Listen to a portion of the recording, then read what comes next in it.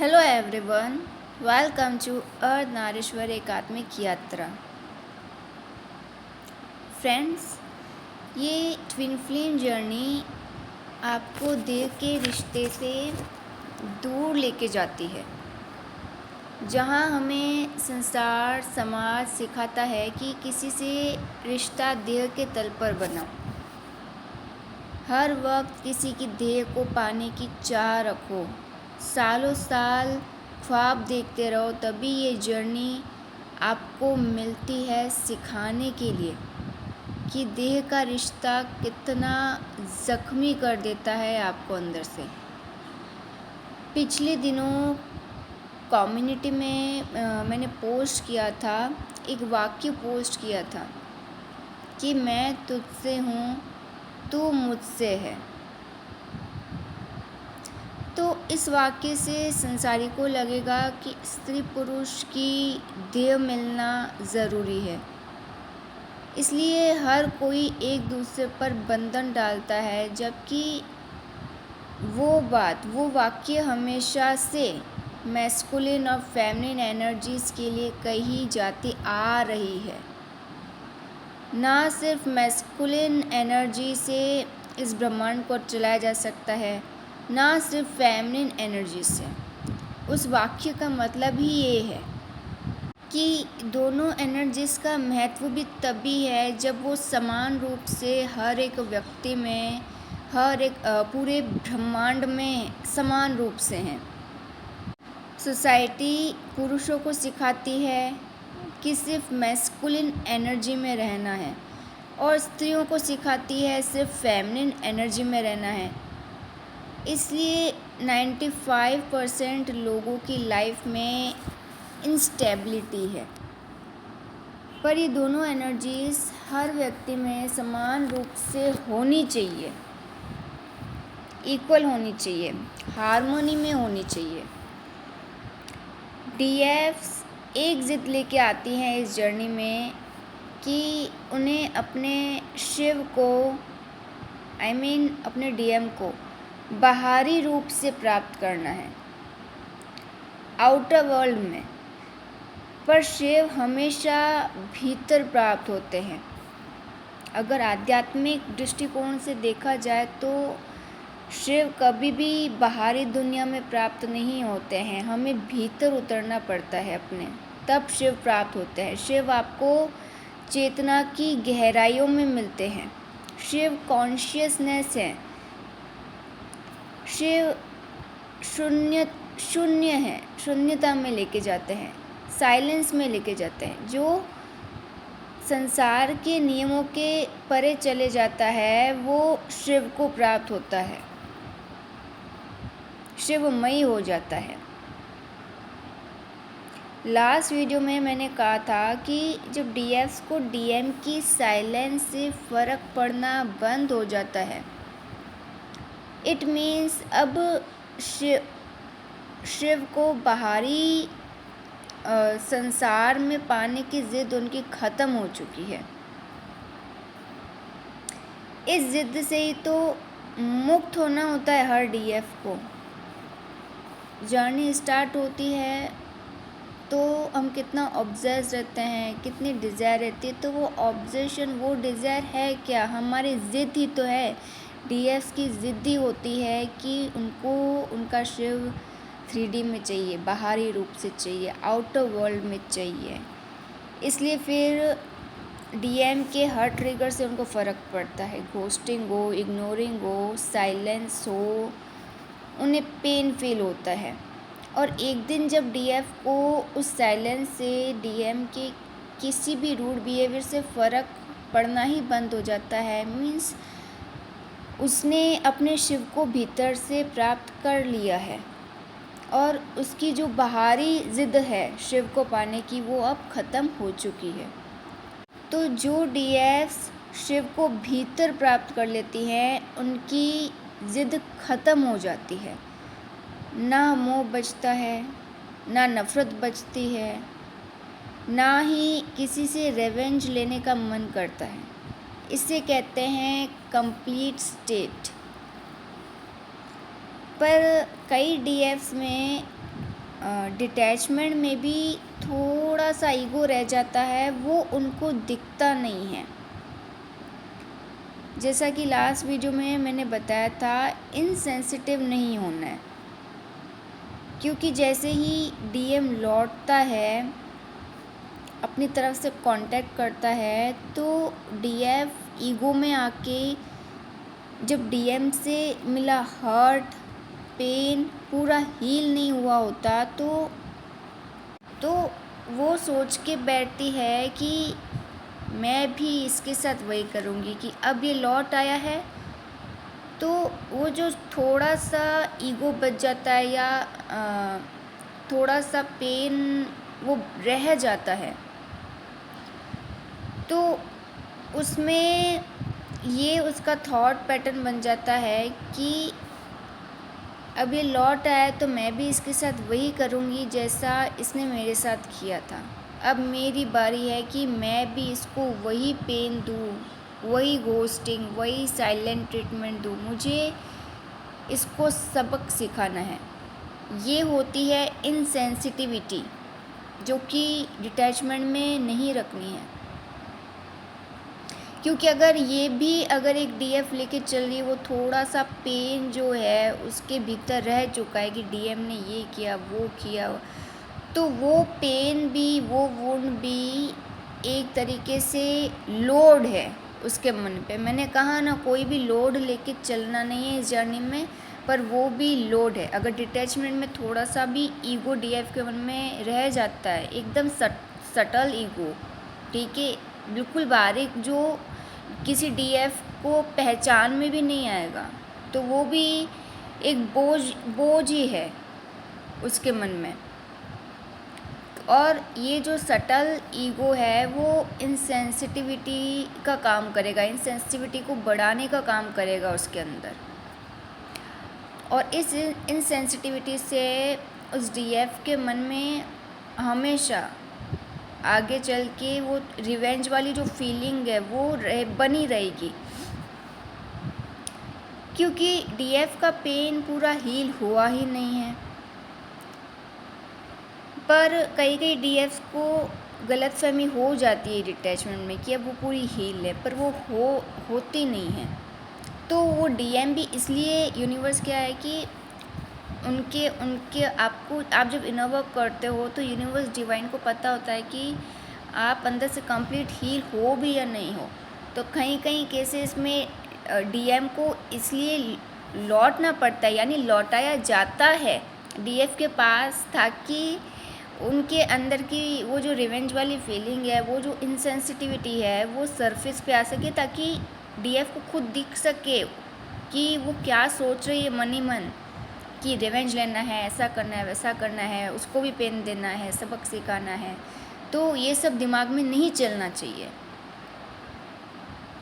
या कई बार डीएफ इसलिए भी इग्नोर करती हैं डीएम को कि एक फियर होता है।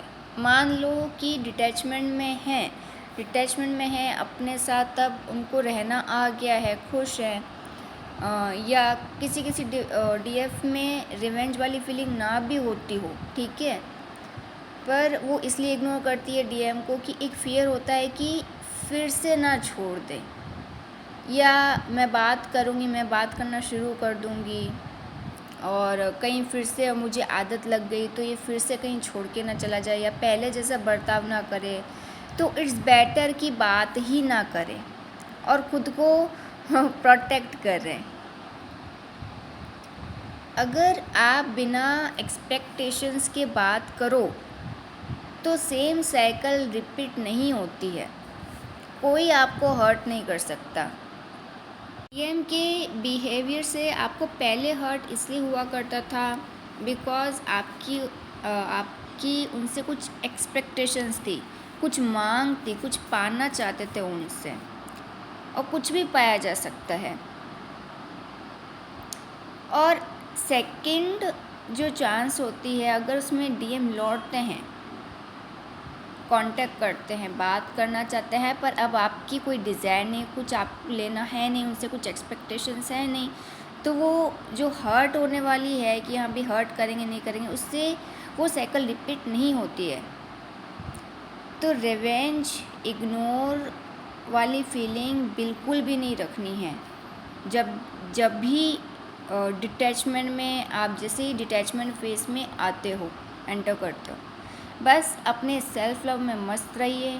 आफ्टर ऑल यही जर्नी आपको सिखाना चाहती थी कि एक आत्मा को अपनी यात्रा कैसे जीनी है।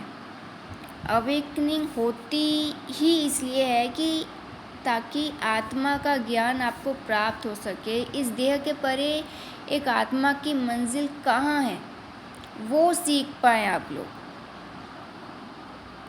चलो एक बार के लिए जिनको अपने DM 3D में मिल भी गए, तो संसार से जब विदा लोगे तब कहाँ अपने DM को खोजोगे, या आपके DM आपको कहाँ ढूंढेंगे? ये भी तो एक बहुत डीप क्वेश्चन है। मेरे ख्याल से जो भी इस ट्विन फ्लेम जर्नी में होंगे, आई एम श्योर 90% जो ट्विन सोल्स होती हैं, ट्विन फ्लेम, वो इस बात पे कभी गौर ही नहीं करते हैं। हम इतना भाग तो रहे हैं, 3D रियूनियन, 3D यूनियन, मिल जाए, ठीक है, चलो मिल भी गया, ठीक है, ट्विन सोल मिल गई, DM मिल गया, DF मिल गए, पर संसार से तो विदा सभी को लेना है ना। तो सोचो जब संसार से विदा लेंगे तो उसके बाद कहाँ एक दूसरे को खोजेंगे दोनों।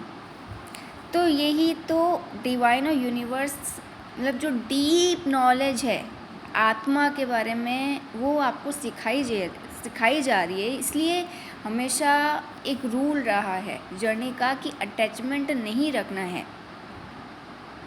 या तो ये कहोगे नहीं कि डिवाइन ब्रह्मांड के नियम हमारे लिए बदल लो। आप डिवाइन से ये तो नहीं मांगोगे कि जो यूनिवर्स के रूल है वो चेंज कर लो, क्योंकि हमें तो इस देह में ही रहना है, इस बॉडी में ही रहना है, 3D छोड़ के कहीं जाना ही नहीं है। सो इट्स नॉट पॉसिबल, ये आप भी जानते हो। और एक इटर्नल ट्रुथ यानी सनातन सत्य ये है कि मैरिज दो तरह की कभी थी ही नहीं यूनिवर्स में, कि 3D मैरिज अलग होती है और 5D अलग।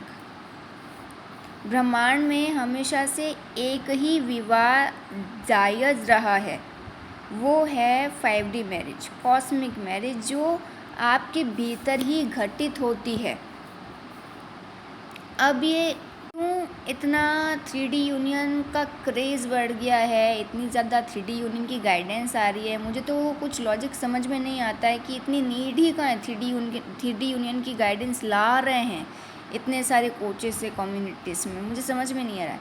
पर आप इटर्नल तुझ सुनो, पर 5D मैरिज एक्सेप्टेबल नहीं है उन लोगों के लिए जो किसी की बॉडी का कंजप्शन करना चाहते हैं। अब अच्छे से सुनिएगा कि क्यों इतना लोग 3D को चेस करते हैं, भागते हैं उस रीयूनियन के लिए। 5D मैरिज एक्सेप्टेबल नहीं है जो 3D में रहते हैं, जो लोग 3D में रहते हैं, जिनको बॉडी का कंजप्शन करना है, और बॉडी का कंजप्शन 3D में ही पॉसिबल है। 5D में मैरिज एनर्जेटिक फॉर्म में होती है, तो वहाँ कोई कंजप्शन है नहीं, यानी कोई चांसेस ही नहीं है कंजप्शन के। कौन कंज्यूम करेगा? एक एनर्जी दूसरी एनर्जी को तो कंज्यूम करेगी नहीं, राइट? एक बॉडी दूसरी बॉडी को कंज्यूम करती है, उसका कंजप्शन होता है 3D में।